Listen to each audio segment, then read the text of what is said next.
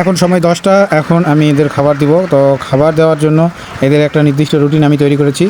রাত 10টা থেকে 11টার ভিতর এদের খাবার আমি ডেলি কমপ্লিট করি। যেহেতু এরা প্যারেন্টস হাঁস হবে, মানে এদের দিয়ে আমি ডিম পাড়াবো, দীর্ঘদিন এদের থেকে ডিম নিতে হবে আমাকে।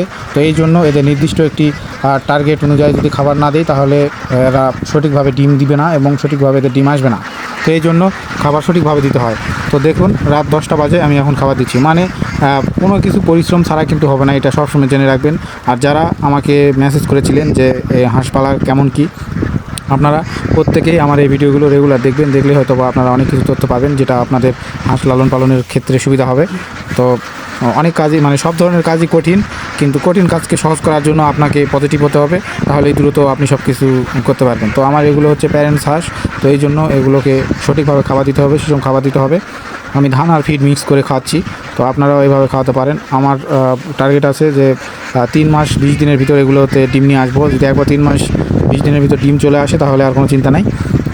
তারপর ওদের খাবার ওরা নিজেরাই খাবে। এখন আমাকে এগুলোকে খাওয়াতে হলে তুলে খাবার খাওয়াতে হবে, মানে এরা আর জমিতে খাবার পাবে না। যখন ডিম আসবে তখন ঠিক আমার এই পুকুরে থাকা অবস্থায় ডিম আসবে। এরপর যখন ফুল ডিম যখন আসবে তখন মাঠ ফাঁকা হয়ে যাবে, তখন তারা মাঠে খেতে পারবে। ধন্যবাদ সবাই, আমার ভিডিওটি দেখবেন, সাপোর্ট করবেন, পাশে থাকবেন।